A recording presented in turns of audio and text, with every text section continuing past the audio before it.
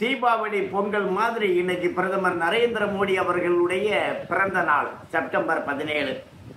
140 கோடி இந்திய மக்கள், அதில் ஒரு 80 கோடி பேர் ரேஷன் கடையில் அரிசி வாங்கி தன்னுடைய வாழ்க்கையை ஓட்டக்கூடியவங்க. அவங்களுக்கு அரிசி அல்லது கோதுமையை இலவசமாக 2019 இலவசமாக வழங்கப்பட்டு வருகிறது பிரதமர் நரேந்திர மோடி அவர்களுடைய தயவால.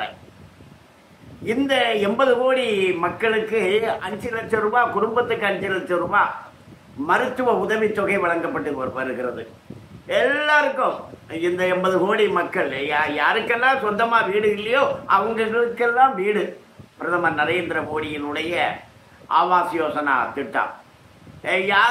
எந்தெந்த வீடுகளுக்கு சுத்தமான குடிநீர் இணைப்பு இல்லையோ ஜன்தன் திட்டம், எந்தெந்த வீடுகளுக்கு கழிப்பிடம் இல்லையோ இலவச கழிப்பிடம், பொது கழிப்பிடங்கள்.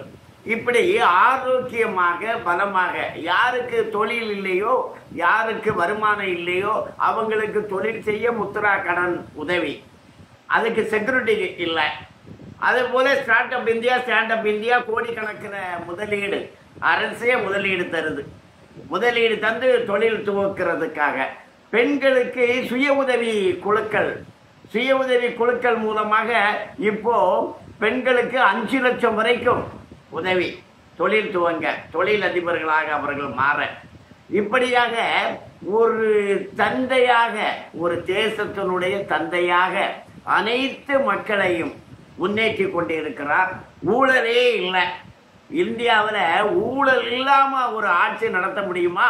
முடியும் அப்படின்னு நிரூபித்து கொண்டு இருக்கிறார் பிரதமர் நரேந்திர மோடி. அது மட்டுமல்ல, உலக அளவுல உலக குருவாக விளங்கி கொண்டு இருக்கிறார். அவர் 150 நாடுகளுக்கு, தேசங்களுக்கு இலவசமாக கொரோனா தடுப்பூசியை வழங்கிய பெருமை பிரதமர் நரேந்திர மோடிக்கு உண்டு.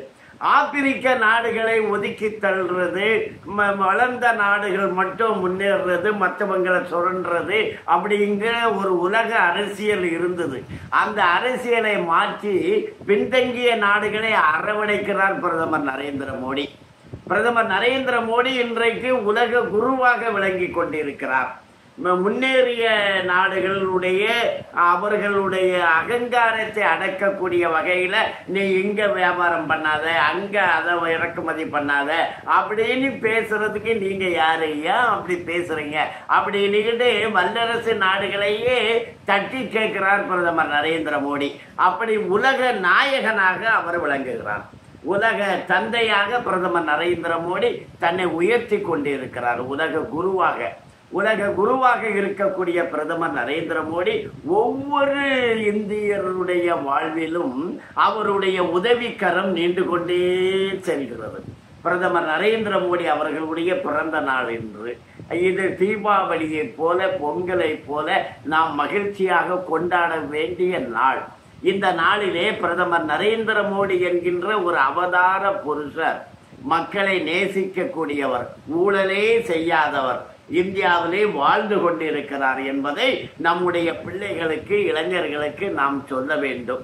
யாராவது பிரதமர் நரேந்திர மோடிக்கு எதிராக இது அரசியல், நாங்க அரசியல் பண்றோம் அப்படின்னா நரேந்திர மோடி அவர்களுக்கு எதிராக எதையுமே பேசுறதுக்கு முடியாது, பேசக்கூடாது. சூரியனுக்கு எதிராக அரசியல் பண்ணலாமா? சூரியனுக்கு எதிராக பேச முடியுமா? அப்படி பேசுறவங்க யாராவது இருந்தாங்கன்னா அவங்க முதல்ல அந்த வேலையை விட்டு ஒழியணும். அது அரசியல்ங்கிறது தொழில் கிடையாது. அரசியல்ங்கிறது மக்களுக்கு உதவுறது. அப்ப பிரதமர் நரேந்திர மோடியை விடவும் நல்லா உதவ முடியுமா? அவரை விடவும் அதிகமா செய்ய முடியுமா அப்படின்னு யோசிங்க நீங்க. ஆனா பிரதமர் நரேந்திர மோடியை எதிர்த்து பேசக்கூடிய அரசியல்வாதிகளை நாம் புறம் தள்ள வேண்டும். பிரதமர் நரேந்திர மோடியை நாம் அனைவரும் நேசிக்க வேண்டும்.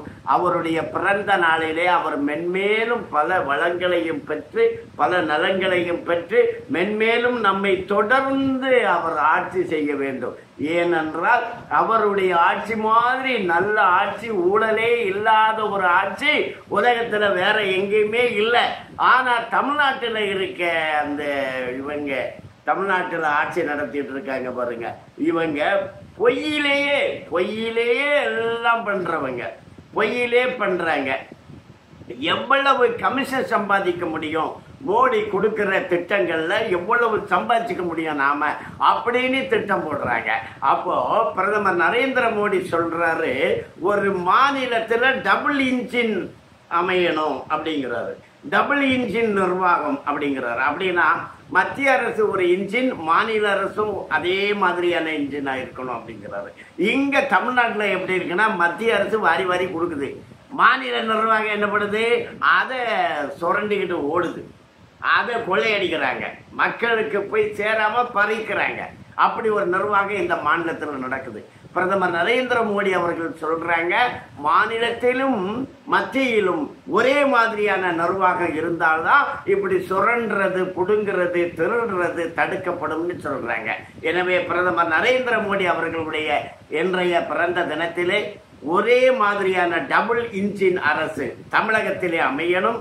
மத்திய அரசு போன்ற பாரதிய ஜனதா கட்சி தலைமையிலான தேசிய ஜனநாயக கூட்டணி இங்கே மாநிலத்திலும் ஆட்சி பொறுப்பிலே வர வேண்டும் என்பதை நாம் சபதமாக மேற்கொள்ள வேண்டும். பிரதமர் நரேந்திர மோடி அவர்களுடைய பிறந்த நாளிலே இந்த சபதத்தை நாம் மேற்கொள்ளுவோம். வணக்கம்.